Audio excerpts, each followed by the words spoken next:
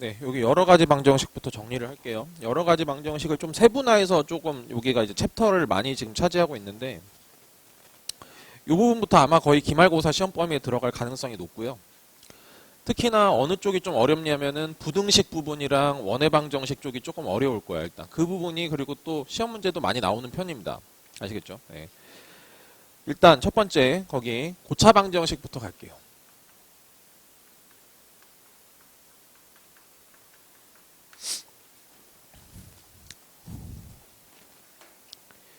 자, 여러분 여기서는 이제 고차니까 차수가 높다라는 거겠지, 그지? 2차보다 위에 있는 것들을 그냥 고차라고 그냥 뭉뚱그려서 보통 얘기하거든요. 네. 근데 이제 마냥 다 계속 높아지는 건 아니고 3차랑 4차까지만 다룬다고 생각하시면 됩니다. 아시겠죠? 나중에 이제 함수도 배우게 되면은 2차 함수를 우리가 알고 있지 않습니까? 그럼 나중에 수투에 가면은 함수를 더 이제 좀 차수가 높은 것도 배우거든요. 거기도 마찬가지죠. 3차랑 4차까지만 배운다고 생각하시면 돼요.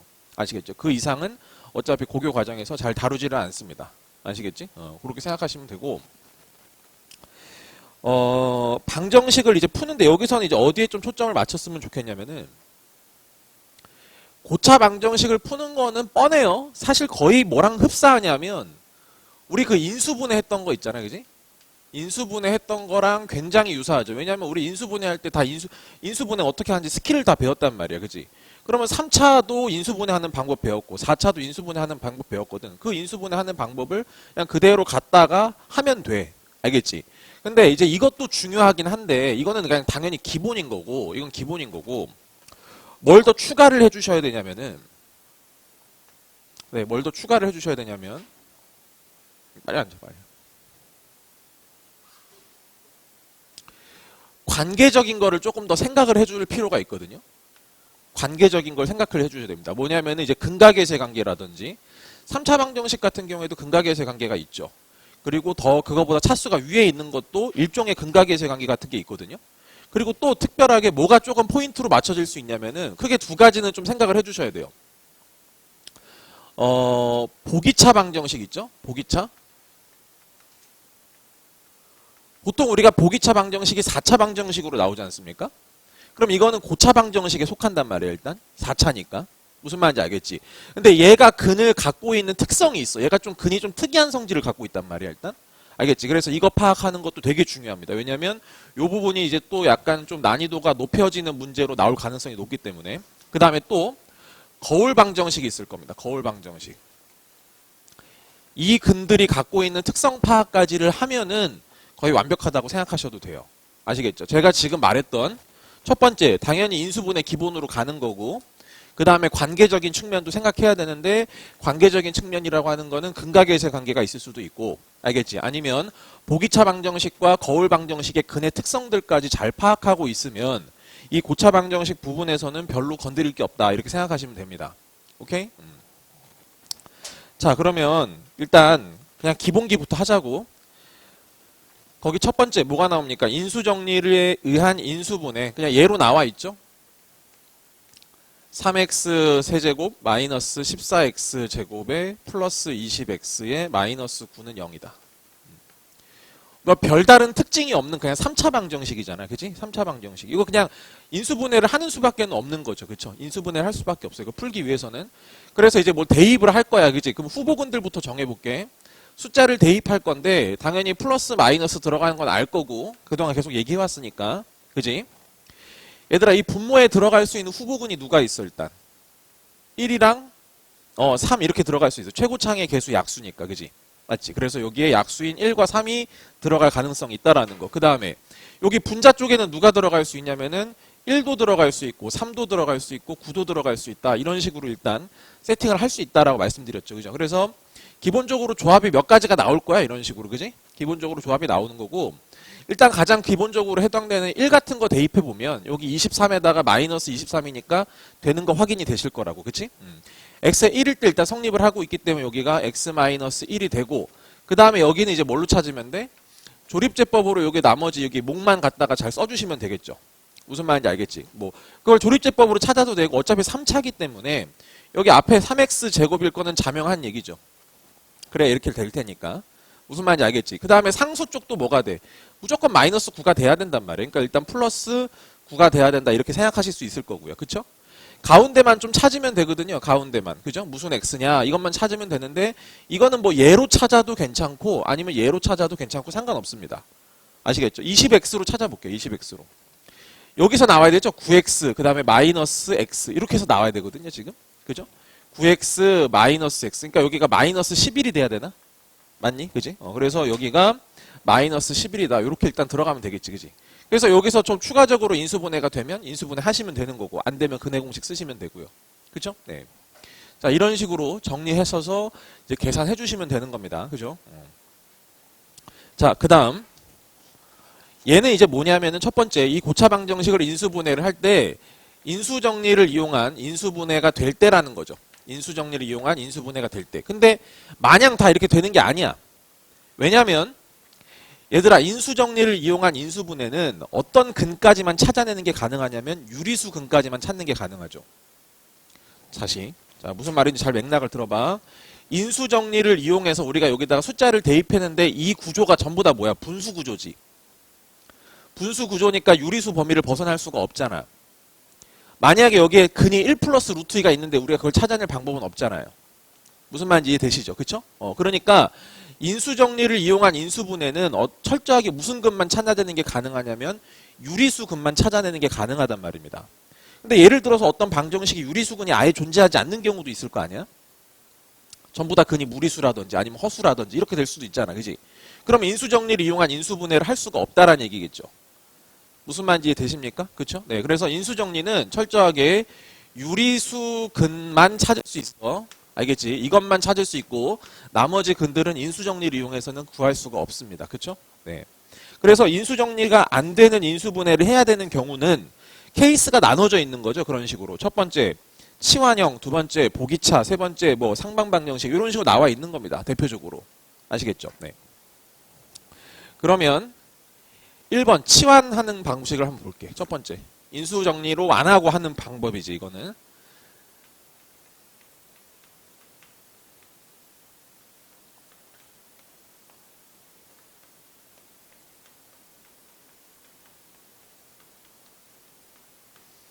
자, 조금 답답해질 것 같으니 잠깐만 하나씩만 끌게 이것만.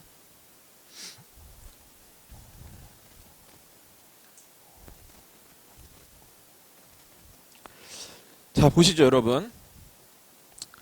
누가 봐도 치환을 해야 되는 구조라는 건 알 겁니다. 이제까지 공부를 해본 경험이 있다면 그 경험만 가지고도 아 이건 치환이구나라는 걸 알 수 있을 거야. 그지? 치환을 한다고. 자, 그럼 봐봐. 여기서 우리 한 가지 의문을 가져보자. 지금 여기서 만약에 내가 이 부분을 치환을 했어요. x제곱 플러스 4x 플러스 5를 t라고 치환했다고 칩시다. 됐죠? 네. 여기서 한 가지 이제 고민을 할 포인트가 하나 있어. 이게 무슨 말이냐면 얘들아 우리 그동안 이 앞단원에서도 뭐 하냐? 2차 방정식과 2차 함수의 관계 같은 거 있잖아?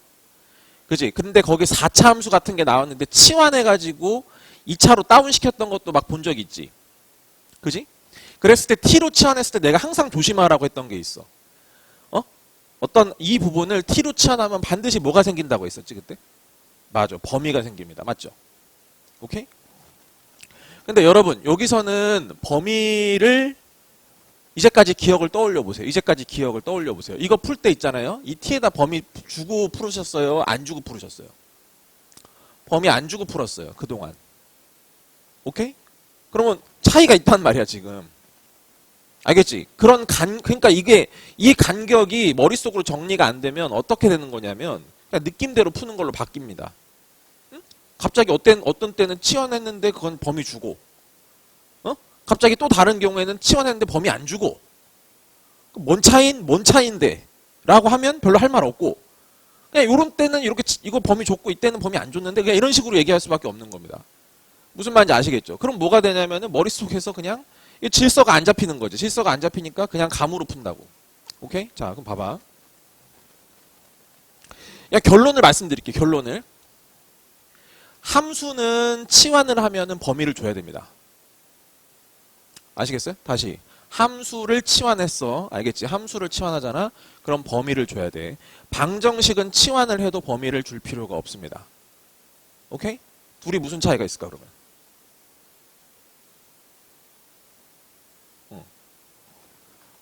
차이는 그냥 이거예요. 보세요. 함수는 다루는 숫자가 뭐지? 어느 범위까지 수의 범위를 다루죠? 실수까지만 다뤄요.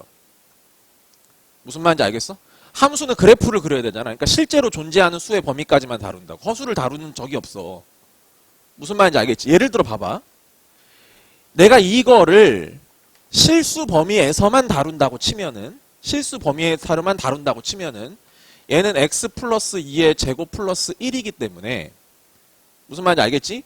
이 값이 무조건 1보다 크거나 같을 수밖에 없어. 무슨 말인지 이해돼? x를 만약에 내가 실수 범위에서만 다룬다고 치면은. 근데 여러분 방정식에서는 무슨 근이 있다고? 허근이라는 것도 있잖아. 그러니까 허수도 다룬다고. 복소수 전체를 다뤄버린단 말이야. 무슨 말인지 알겠어?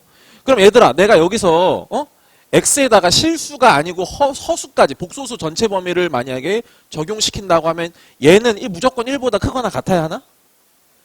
그럴 필요가 없는 거야. 여기에 만약에 i가 들어온다고 치면은 i제곱 마이너스 3가 0도 될 수 있단 말입니다. 무슨 말인지 알겠어? 그럼 이 값은 진짜로 모든 값을 다 가져버릴 수가 있는 거야. 허수까지 만약에 다 다뤄버린다고 치면은. 무슨 말인지 이해되세요? 여기까지? 오케이? 자, 그래서 다시 한번 말한다.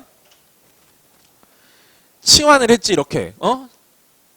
여러분 이런 틈이 없어야 된다고. 치환을 해야 되는데 범위를 주는 경우가 있고 범위를 설정을 해야 되는 경우가 있고 범위를 굳이 고려하지 않아도 되는 경우가 있다고요. 아시겠습니까? 자, 범위를 줘야 하는 경우는 뭐라고? 함수를 치환했을 때는 그렇게 한다고. 실수 범위 내에서 치환을 하면 그렇게 해야 돼. 다른 말로 얘기해서. 알겠지? 그러니까 예를 들면 함수 같은 경우 실수를 다루는 함수 같은 경우에는 범위가 설정이 돼야 되고 그냥 일반적인 방정식 있죠? 일반적인 방정식에서는 굳이 범위를 주실 필요가 없다. 왜? 모든 값을 다 가져버릴 수가 있기 때문에. 무슨 말인지 알겠지? 자, 이렇게 생각하시면 돼요. 이거는 그냥 복소수를 다루는 이렇게 얘기합시다.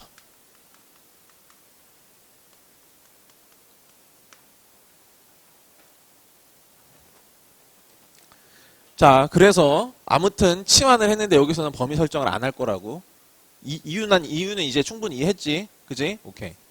자, 그럼 얘들아 이거를 t라고 치환했어. 그러면 t제곱이 될 거고 마이너스 12에다가 여기는 t-5가 되겠죠. 그죠? t-5가 되고 여기 넘기면 마이너스 40이니까 요렇게 해서 이제 나오게 될 겁니다.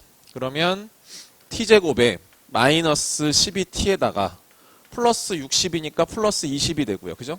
그래서 t가 2랑 10이 되는 걸 확인하실 수 있을 거야. 그죠? 그래서 t가 2거나 또는 10이 된다. 이렇게 지금 되는 걸 알 수 있을 거고 그 t를 다시 원상복귀 시켜주면 x제곱 플러스 4x 플러스 5가 되는 거니까 그래서 얘랑 같다인 거 하나 풀고 얘랑 같다인 거 하나 풀고 무슨 말인지 이해하시죠? 그죠? 네, 그렇게 갖다 풀어주시면 됩니다. 네. 둘 다 풀기 어려운 방정식은 아니니까 그냥 이렇게 다 근이 깔끔하게 나오는 것 같아. 인수분해까지 잘 되는 거니까. 그렇게 해서 근이 총 몇 개가 나와? 4개가 나오면 된다. 이런 얘기지. 무슨 말인지 알겠지? 자, 그 다음 또 볼게요. 두 번째는 보기차 방정식입니다. 좀 지울게.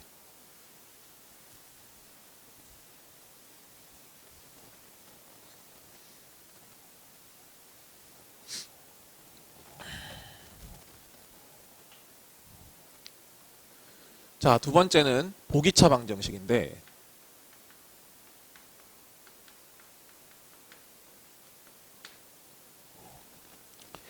원래는 제가 이 강의에서는 보기차 방정식을 그냥 소개만 하지 뭐 관계까지 잘 설명을 안 드리고 원래는 이 부분을 S컨셉에서 넘겨서 제가 설명을 드리려고 원래는 마음을 먹었었거든요. 근데 해보다 보니 생각보다 좀 잘 따라오는 것도 있고 이해도가 높은 편이어서 그냥 여기서 그냥 같이 설명을 드릴게요. 그리고 S컨셉에서 또 설명을 드리겠습니다. 자, 그러면 일단은 여기 보기차 방정식에다가 여기에다가 뭐까지 같이 생각을 하냐면은 관계까지 생각을 해야 돼. 알겠지? 관계까지 생각을 하면서 이 보기차 방정식이 갖는 근의 특성까지 파악을 하는 거에 목표를 두겠습니다. 어려울 수 있어요. 이 주제는 무조건 난이도가 높은 문제로 나옵니다. 아시겠죠? 그럼 변별력이 들어갈 수 있는 부분이라는 거야. 알겠지? 분별력이 들어갈 수 있는 부분이니까 잘 정리를 해두세요. 자, 일단 거기 기본적인 것부터 한번 보자고.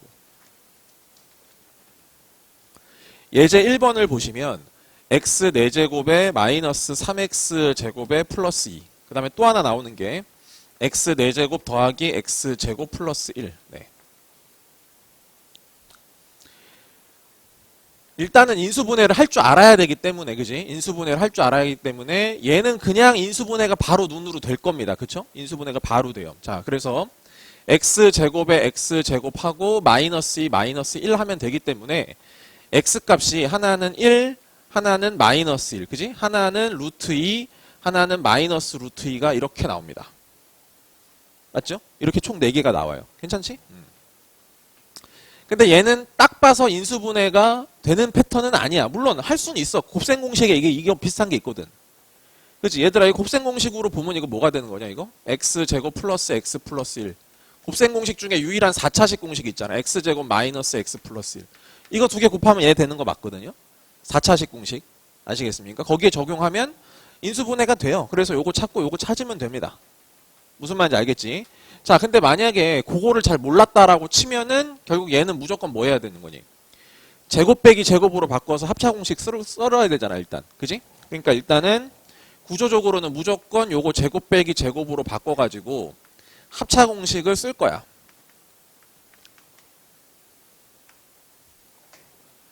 얘들아, 계속 수업 들어보니까 어때? 계속 했던 말, 여기서 했던 말 여기서 또 나오고 하지? 알겠지? 그래서 이제 내가 뭔가 할 말이 미리 예상이 되고 한 70%, 80% 예상이 되잖아? 그러면 잘 가고 있는 거야. 무슨 말인지 알겠지? 자, 그래서 합차 공식이 그렇게 나오면 돼. 그러면 여기를 변형할 때도 있고 여기를 변형할 때도 있다 했어. 그지?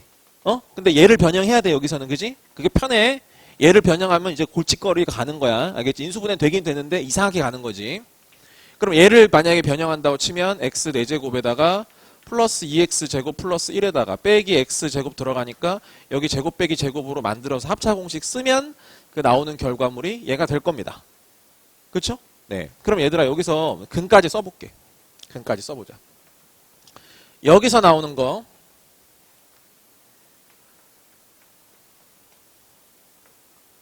3i인가 이렇게 나올 거고요. 여기서 나오는 거 2분의 여기가 1에다가 플러스 마이너스 3i가 나와요. 맞습니까? 여기까지? 맞나요? 네. 이렇게 지금 근이 나옵니다. 됐어요? 자, 여기서 나오는 근의 특징들을 기억해 두시죠, 일단. 자, 일단 요렇게 근이 나오는구나 라고 생각을 해볼게. 알겠지? 자, 그리고 봐봐.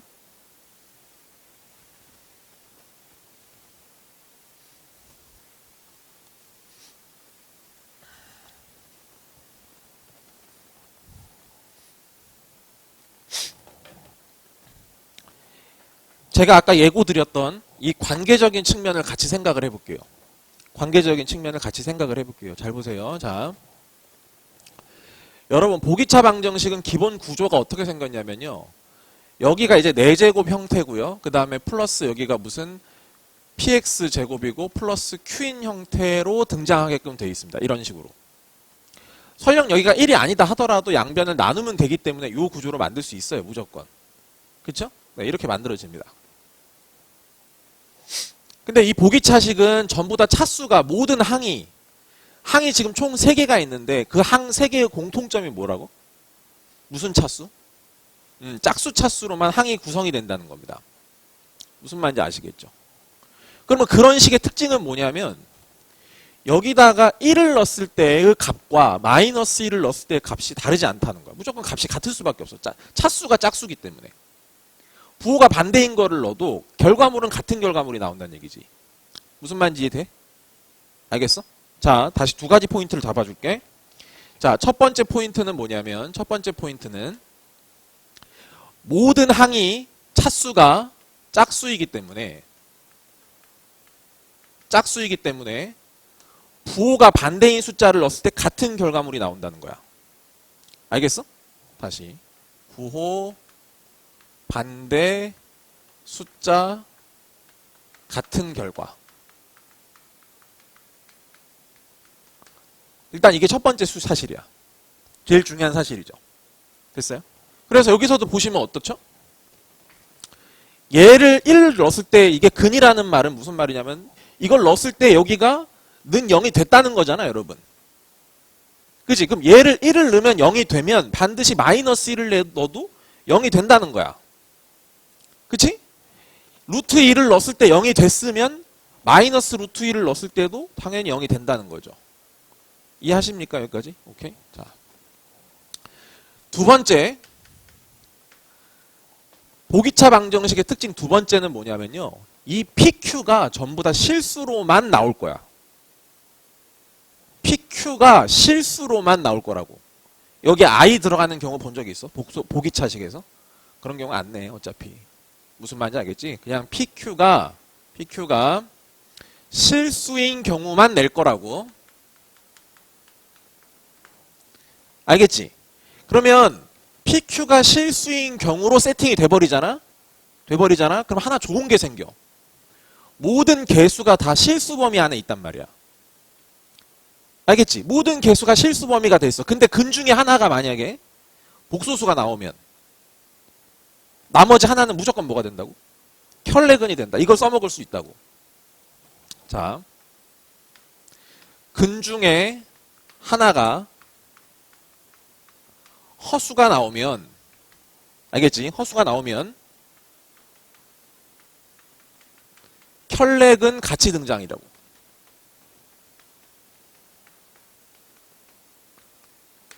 오케이? 잘 봐. 이 중요한 거야. 지금 얘기하고 싶은 건 이제 이거야. 이 두 개의 성질이 같이 조합된다고 생각을 해보는 거야. 성질이 같이 조합되잖아? 그럼 이 내용이 싹 이해가 돼요. 이 근의 특징이 바로 보이게 돼요. 자, 무슨 말이냐면 여러분 만약에 내가 이 근 중에 근 하나를 어찌어찌 알아냈어. 예를 들어서 그 중에 하나가 여기 중에 하나인 2분의 마이너스 1 플러스 루트 3i라는 걸 내가 알아냈다고 가정을 해보는 거야. 알겠어? 그러면 이 근이 나옴으로 인해서 개수가 다 실수이니까 나머지 근은 2분의 마이너스 1 마이너스 루트 3i가 된다라는 건 인정할 수 있겠지. 이 근은 이제 보지 마. 그냥 이것만 생각해. 내가 이걸 알았다고 했을 때 이거 알아낼 수 있는 건 알겠지. 왜? 두 번째 이유 때문에. 그래. 근데 얘는 보기 차이기도 하단 말이야. 보기 차이기도 하기 때문에 얘가 근이면 누구도 같이 근이냐면 2분의 1 마이너스 루트 3i도 근이 된다는 거 알겠어? 이거랑 부호가 정확하게 반대인 상태야. 무슨 말인지 알겠어? 얘도 정확하게 근이 반대인 상태라고. 무슨 말인지 알겠지? 그렇게 되면 또 얘로 인해서 또 누가 되냐면 2분의 1 플러스 루트 3i도 근이 되는 거지. 왜? 이놈의 켤레근이니까. 이해하시겠어요? 여러분? 그럼 자연스럽게 근이 몇 개가 등장하게 되는 거야? 4개가 등장하게 된다 이 말이야. 자, 이게 가장 중요한 거야. 봐봐. 보기차 방정식에서는 만약에 허수인 근 하나만 알잖아? 알겠어? 허수인 근 하나만 알면 나머지 4개가 자동으로 다 알게 된다고. 이해돼? 오케이? 알겠어? 물론 그 근이 순허수가 아닌 허수일 때만 이런 현상이 생겨. 이게 무슨 말이냐면은 봐봐. 여러분 만약에 한 근이 내가 2i인 걸 눈치챘다고 생각해봐. 근데 보기차식이야. 그러면 첫 번째 룰에 의해서 마이너스 2i가 근이 되는 건 알겠지? 근데 두 번째 룰을 적용하려고 봐도 이놈의 켤레근이 누구니? 얘란 말이야. 그럼 더 이상 발생이 안 되는 거야. 무슨 말인지 알겠어?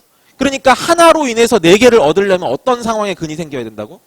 순허수가 아닌 허수인 근을 내가 캐치해냈을 때 나머지 3개의 근은 그냥 자동방으로 같이 갖고 가는 거야. 이해돼? 무슨 말인지 알겠지? 일단 이게 관계적인 특성 여러분이 알아야 되는 걸 첫 번째 느낌이라고 생각하면 되고, 또 실질 지금 내가 설명했던 요 주제는 아마 옳고 그름 따지는 문제에서 나올 가능성이 높아. 기역, 니은, 디귿 이렇게. 무슨 말인지 알겠지? 지금 내가 이 말한 주제는 옳고 그름 1번, 2번, 3, 기역, 니은, 디귿 해서 다음 중 옳은 것을 다 골라라 이렇게 하는 거 있잖아. 그지? 그 패턴에서 나올 가능성이 높은 어떤 그런 주제라고 생각하면 되고, 그게 아닌 어떤 실제적인 문제적으로 바뀌었을 때 나올 가능성이 있는 거는 요거를 조금 다르게 좀 정리를 해줄게. 자, 뭐냐면 이거 지워도 되지 지금? 괜찮지?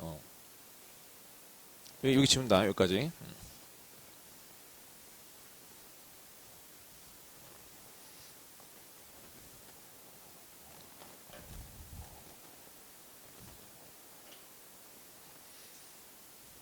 자, 두 번째 우리가 지금 점검해야 될 관계적인 부분은 뭐냐면은 보기차 방정식의 근의 유형에 대해서 얘기를 해봐야 돼. 알겠지? 보기차 방정식의 근의 유형에 대해서 얘기해 볼게. 자, x 4제곱 더하기 px 제곱 더하기 q라는 형태의 보기차 방정식이 있고, 물론 pq는 여기서 실수라는 전제 조건 하에서 이야기를 하겠습니다. 되셨죠? 여기까지? 그럼 봐봐. 여러분, 보기차 방정식을 풀 때 보통 이제 x제곱을 t라고 치환해서 정리해도 괜찮거든요. 상관없어요. 여기서도 만약에 이거 t라고 치환했으면 t제곱 마이너스 t 플러스 1 이렇게 됐을 거야. 알겠지? 그래서 t제곱 플러스 t 플러스 1이니까 여기를 그지? 2t로 바꿔가지고 2t로 바꿔서 t제곱 플러스 2t 플러스 1에다가 빼기 t 한 거다라고 해서 다시 t를 돌려가지고 아까 어떤 형태야? 요 형태로 이렇게 만들어도 되는 겁니다. 아시겠죠? 그러면 잘 보세요, 여러분. 물론 여기는 요 문제에선 이렇게 할 필요는 없죠. 왜냐하면 이 개수가 다 이미 나와 있으니까요. 정확하게 세팅되어 있으니까 별 문제가 없는데, 예를 들어서 개수에 문자 같은 게 들어있지 않습니까? 문자 같은 게 들어있으면 할 방법이 없어요. 아시겠죠? 그래서 만약에 문자 같은 게 들어있으면 당연히 이 t제곱을, 이 x제곱을 t로 치환하고 나서 생각을 해줘야 된다고. 그럼 봐봐. x제곱이 t로 치환됐다라고 가정을 해봐. 그러면 이 방정식이 2차 방정식으로 바뀌게끔 되어 있습니다. t제곱 플러스 pt 플러스 q는 0이다. 이렇게 2차 방정식이 되게끔 되어 있어요. 이해돼? 여기까지? 괜찮지? 잘 봐. 자, 여러분 2차 방정식은 근의 유형이 총 몇 개입니까? 일단 크게 나눠보면 3개입니다. 판별식이 0보다 클 때, 0일 때, 0보다 작을 때 이렇게 케이스가 3개로 나눠지죠. 자, 그래서 얘의 판별식이 0보다 작을 때가 있고, 판별식이 0일 때가 있고, 판별식이 0보다 클 때가 있는 겁니다. 케이스가 3개가 있는 거야. 무슨 말인지 이해돼? 알겠지? 그러면 잘 봐봐. 여기서 이 상황인 거지. 봐봐. 여기서부터 잘 들어야 돼. 그럼 얘들아, 여기서 판별식이 0보다 작다고 치면은 여기서 근이 예를 들어 t1과 t2가 나왔다고 생각을 해보자고, 여러분. 알겠지? t1과 t2가 서로 무슨 근이냐면 이게 허근이라는 얘기야. 이해돼? 다시, 얘가 허수라는 뜻이라고. 얘가 허수라는 뜻이야. 잘 들어. 근데 잘 봐. 나는 원래 t 값을 구하는 게 아니고 뭘 구하는 거야? x 값을 구하는 입장이지. 그럼 지금 현재 뭐냐면 x제곱이 t1인 상황이 있는 거고, x제곱이 t2가 있는 상황이 있는 거라고. 의식의 흐름, 생각의 흐름을 잘 따라오세요. x제곱이 t1인 경우가 있고 x제곱이 t2가 있는 경우를 풀어야 될 거예요, 결국에는. 이해하심? 여기까지 알겠어? 근데 이 t1이랑 t2가 무슨 수로? 허수. 그럼 기억을 떠올려봐. 복소수 쪽으로 넘어가서. 뭔가를 제곱했어. 얘들아, 어떤 수를 제곱했는데 그 숫자가 허수래. 그럼 제곱하기 전에 그 숫자는 뭐야? 순허수가 아닌 허수일 때만 제곱했을 때 허수가 돼. 맞지? 그지? 다. 그래서 x제곱이 허수가 나오려면 이 x가 무슨 수가 돼야 된다고? 순허수가 아닌 허수가 돼야 된다고. 다시. 그럼 얘는 x가 순허수가 아닌 허수라는 근이 나와야 된다라는 얘기야. 알겠어? 그러면 정확하게 이 상황이 펼쳐지는 거야. 이해돼? 아까 내가 뭐라고 했어? 순허수가 아닌 허수인 근이 하나가 나오면 보기차 방정식은 나머지 세 개가 어떻게 된다고? 같이 예상이 다 된다고. 무슨 말인지 알겠지? 그 상황이 연출된다는 거지, 저 때는. 이해하시겠어요? 오케이? 자, 이 경우에는 허근만 몇 개가 등장하냐면 4개가 등장하고요. 여기서 이 말하는 이 허근은 순허수가 아닌 허근이 총 4개가 등장한다는 뜻입니다. 알겠어? 됐지? 다시 어떤 문제가 있어. x 4제곱 플러스 ax제곱 플러스 3이래. 예를 들어 보는 거야. 알겠지? 여기만 a인 거야. 여기만 a. 여기만 a. 여기는 3이고. 괜찮지? 그랬을 때 이 보기차 방정식이 서로 다른 4개의 허근을 갖는데 예를 들어서 그걸 만족하기 위한 조건을 찾으래. a의 조건을 찾아보래. 알겠어? 그럼 어떻게 된다고? 얘를 이렇게 바꿔. 그럼 t제곱 플러스 at 플러스 3 되겠지. 알겠지? 그래서 이놈의 판별식이 어떻게 되면 된다고? 0보다 작다를 풀면 된다는 얘기야. 이해되세요? 아시겠어요? 네. 오케이, 좋습니다. 자, 그렇게 일단 가시고.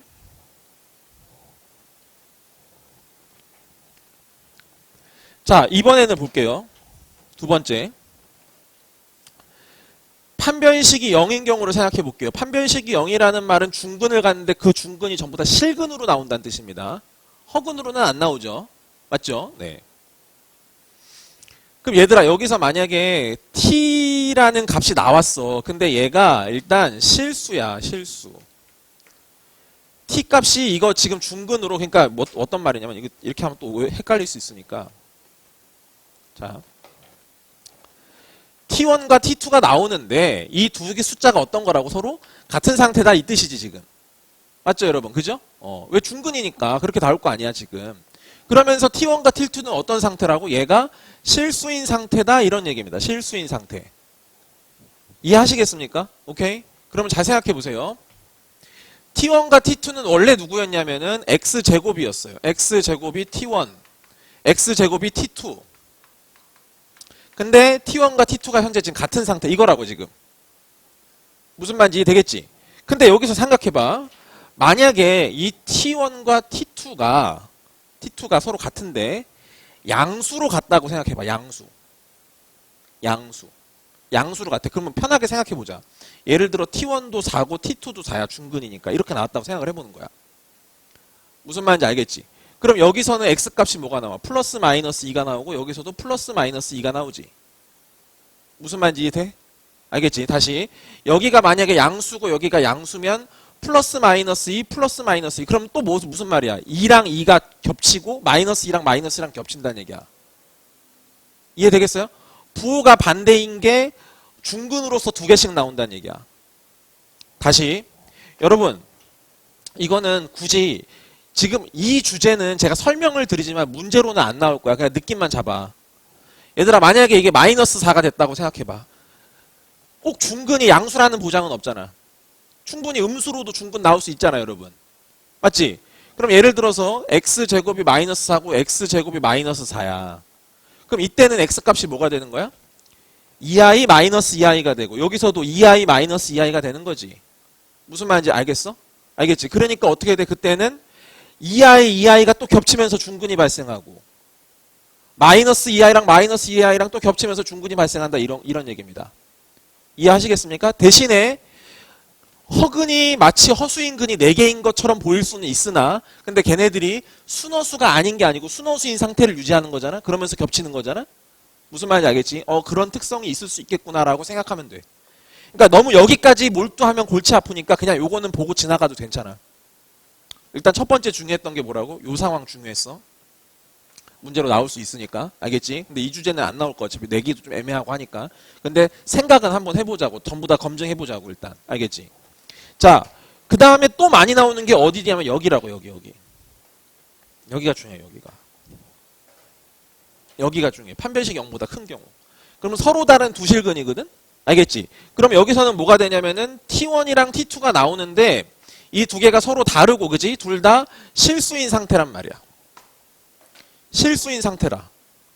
알겠어? 실수인 상태. 그럼 얘들아 봐봐. 이 근 중에 t1과 t2 중에 0인 거는 그냥 제끼고 시작하자. 0인 건 제끼고 시작해. 왜 0이면 여기 Q 값이 0이어서 의미가 없거든, 사실상.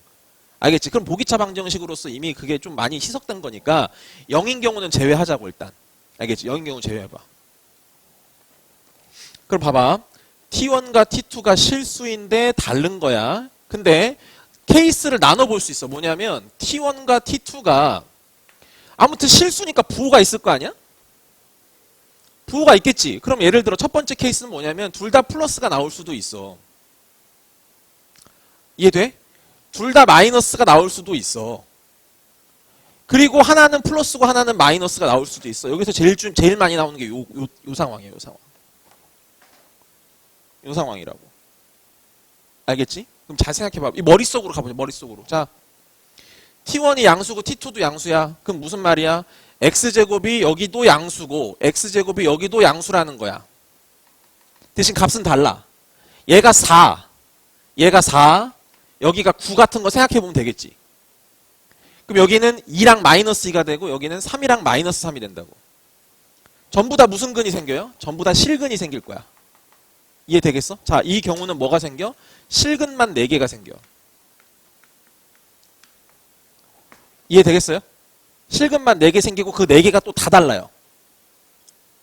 이해하시겠습니까? 오케이? 자, 얘들아, 요 마이너스인 경우 보자. 마이너스인 경우 뭐로 생각하면 돼? 여기가 마이너스 4고 마이너스 9인 경우 상상해보라고. 그러면 x는 뭐가 돼? 2i랑 마이너스 2i. 여기서는 3i랑 마이너스 3i가 되지. 무슨 말인지 알겠어? 뭐가 생겨? 허근만 4개 생기지. 근데 그 허근이 죄다 뭐야? 순허수. 그렇게 되는 거야. 무슨 말인지 알겠어? 오케이. 자, 그래서 여기서는 순허수인 근이 4개 생겨. 근데 봐봐. 내가 왜 이게 이거는 안 나올 거라고 예상을 하냐면 요거랑 겹친다고. 아까 여기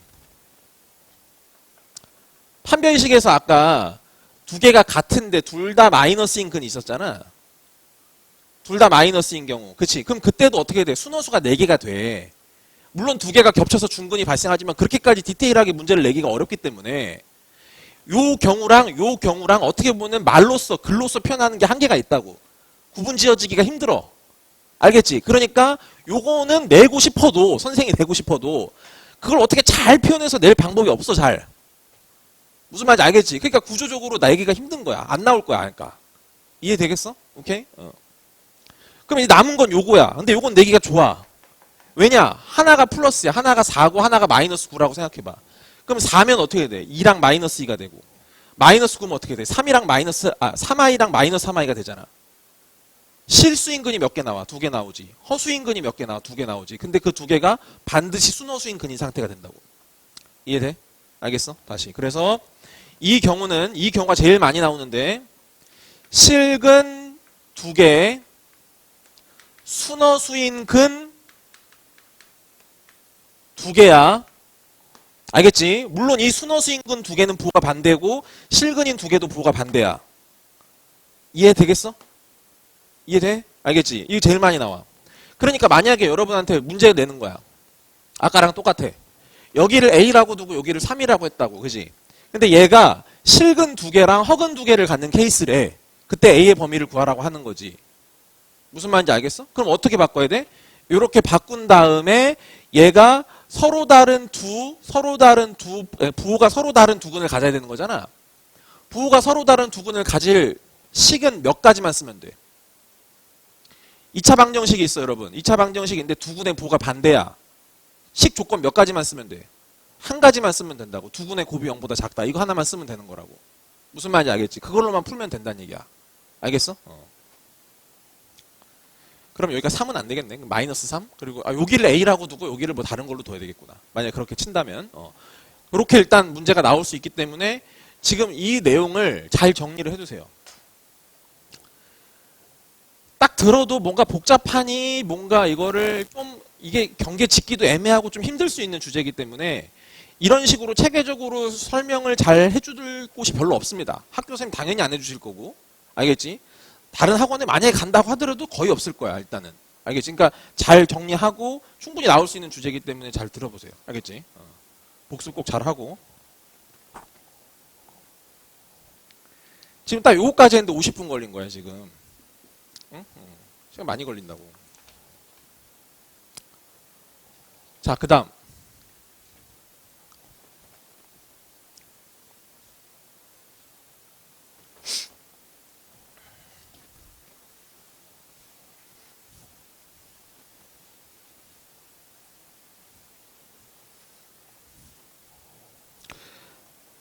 자, 거울 방정식, 상방 방정식까지만 하고 잠깐 휴식하도록 할게. 알겠지? 자.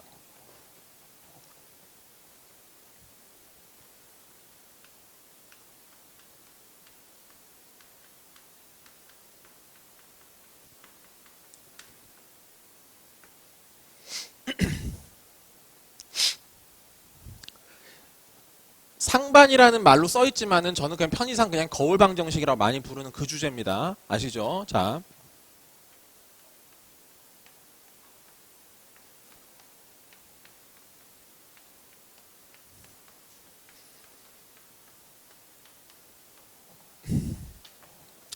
얘들아, 이 거울 방정식의 특징은 무슨 특징을 갖고 있냐면은 개수가 좌우 대칭이야. 그지? 여기를 기준으로 좌우 대칭돼 있어. 그지? 좌우 대칭돼 있다. 일단 그걸 꼭 생각을 해 주시고. 일단은 푸는 것부터 먼저 해보죠. 풀 때는 어떻게 푸는지 알 거야. 가운데 x제곱으로 뽑아내는 거 알지? 그지? 그래서 x제곱으로 뽑아낼게. 그러면 여기랑 여기랑 묶이면서 요렇게 되고요. 그죠?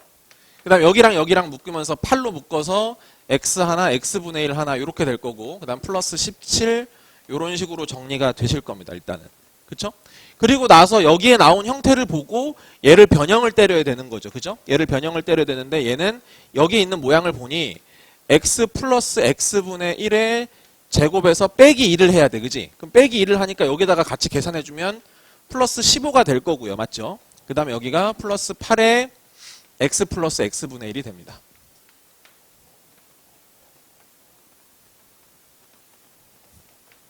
네, 이렇게 되죠. 그러고 나면 인수분해가 자연스럽게 잘 될 거야. 요렇게 해서 이렇게 탁탁 하면 나올 수 있잖아. 그지?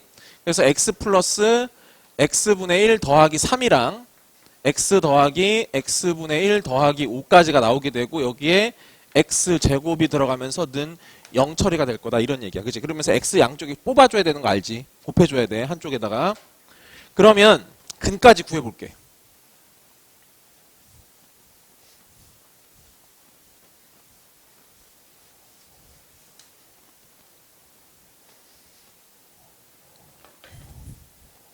근까지 구해볼게. 그럼 x 만약 곱해지면 x제곱에 플러스 3x 플러스 1 하나 나오고요. 또 하나는 x제곱 플러스 5x 플러스 1이 나옵니다. 그쵸? 네.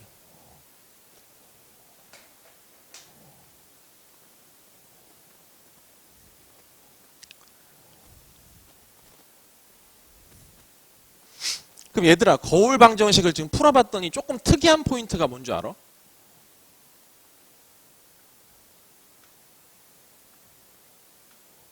이렇게 된다는 겁니다, 지금. 그쵸?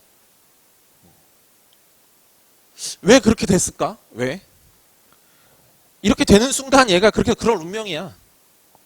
x 하나씩 곱해진다고 치면은 x제곱 플러스 1, x제곱 플러스 1 이렇게 될 수밖에 없는 운명이죠. 무슨 말인지 되십니까? 만약에 여기가 예를 들어 여기가 부호가 바뀌어가지고 여기가 마이너스였어. 예를 들어서 마이너스였다 쳐. 그럼 마이너스였으면 마이너스가 됐었어도 어떻게 돼? x제곱 마이너스 1, x제곱 마이너스 1 그때는 그렇게 됐겠지. 그지? 그러니까 지금 선생님이 얘기하고 싶은 상황은 여기가 마이너스인 상황이 아니고 지금 정확하게 부호까지 완벽하게 일치하는 경우를 말씀드리는 거예요. 일단 무슨 말인지 알겠습니까? 자, 그럼 그랬을 때 포인트를 한번 잡아볼 수 있어요. 뭐냐면은 얘들아 봐봐. 같이 생각해봐. 얘들아, 요 방정식은 개수가 지금 개수만 보면 1, 8, 17, 8, 1이잖아. 그럼 개수를 만약 거꾸로 뒤집으면 어떻게 되지? 1, 8, 17, 8, 1 되지. 그러면 개수를 바꾸기 전과 후가 어떻게 돼? 개수의 순서를 바꾸기 전과 후가 어때? 서로? 같다는 거야. 무슨 말인지 알겠어? 됐지? 그럼 잘 봐봐. 개수를 거꾸로 바꾸기 전과 후가 같으면 어떻게 되는 거냐면 예를 들어서 그래 여기서 이제 얘기해 보자. 여기서도 한번 얘기해 보자. 얘들아 여기에 근을 하나를 알파라고 뒀어. 알겠지? 요거의 근을 하나를 알파라고 써. 그럼 나머지 한 근은 뭐가 될까?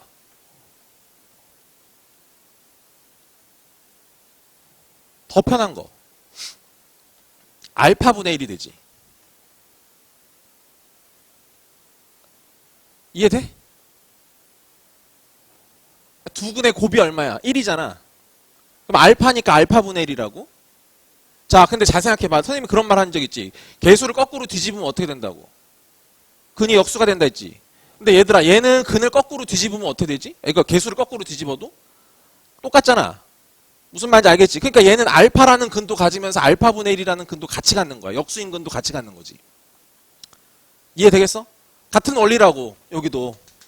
얘의 근이 알파면 다른 근은 무조건 뭐가 된다고? 알파분의 1이 나올 수밖에 없다고. 왜냐면 얘를 개수를 거꾸로 뒤집으면 역수인 근을 갖게 되는데, 그치?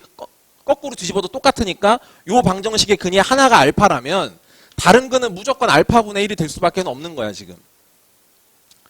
이해돼? 다시. 얘들아, 그럼 여기에 한 근을 베타라고 했어. 오케이? 그럼 나머지 한 근은 뭐가 되는 거야? 베타분의 1이 되는 거지. 왜? 여기도 똑같잖아. 구조가 같은 구조라고. 두 근의 곱이 어차피 1이야. 그치? 그렇게 생각해도 되고 아니면 이거의 개수를 거꾸로 뒤집어도 어때? 방정식이 똑같잖아. 그러니까 원래 근도 가지면서 역수인 근도 같이 갖는 거라고. 무슨 말인지 이해되십니까? 오케이. 자, 그래서 요렇게 정리하자. 상방방정식의 근의 특징은